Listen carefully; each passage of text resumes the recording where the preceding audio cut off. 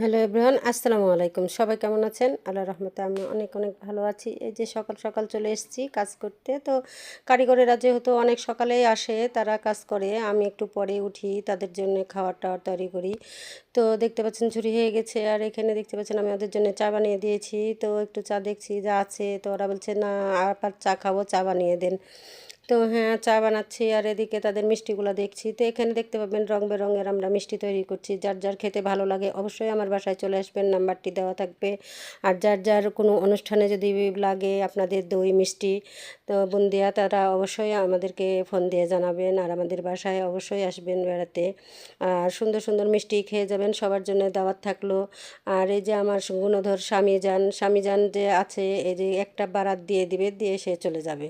আর ধরেন কি যে ও আর 2-3 ঘন্টা আর দেখা নাই, যখন দেখবে যে কাজ শেষ হয়ে গেছে তখন বলবে, কি শিউলি, কাজ হয়ে গেছে, আসো এবার আমরা অন্য হচ্ছে কাজগুলো সেরে নিই। তখন এসে আমার সাথে ইয়ার্কি করবে, ফাজলামি করবে। তো এই যে সম্পূর্ণ মিষ্টিগুলো আমরা দিয়ে দিলাম।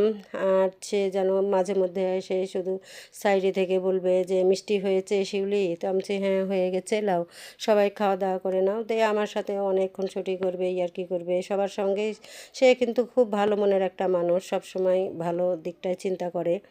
তো সবাই আমার জন্য দোয়া করবেন, আমার পাশে থাকবেন। আর আমার ভিডিওটা ভালো লাগলে সবাই একটু লাইক কমেন্ট শেয়ার করে দিবেন। আর দেখতে পাচ্ছেন একটার পর একটা মিষ্টি হয়, আর আমরা পাশে থেকে কিন্তু সবগুলা মিষ্টি বানিয়ে দিই। তারা কিন্তু একাই বানায় না, আমরাও পাশে থাকি।